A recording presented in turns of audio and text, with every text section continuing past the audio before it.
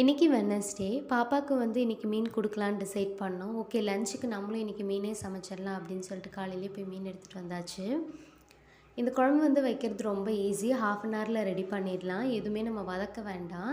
வெங்காயம், தக்காளி, மசாலா, புளி, மீன் இது மட்டும் இருந்தால் ஈஸியாக வச்சிடலாம். பாப்பாவுக்கு வந்து மீன் வந்து தவாவில் போட்டு கொடுக்கலாம் அப்படின்னு சொல்லிட்டு நான் வந்து ரெடி பண்ணிகிட்ருக்கேன்.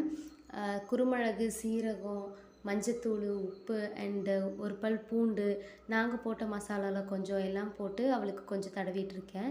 கொஞ்சம் தண்ணி அதிகமாகிடுச்சு. ஓகே, காரம் தெரியக்கூடாது அப்படின்றதுனால நான் அதையவே மிக்ஸ் பண்ணி கொடுத்துர்லாம் அப்படின்னு சொல்லிட்டு நான் வந்து மிக்ஸ் பண்ணிகிட்ருக்கேன்.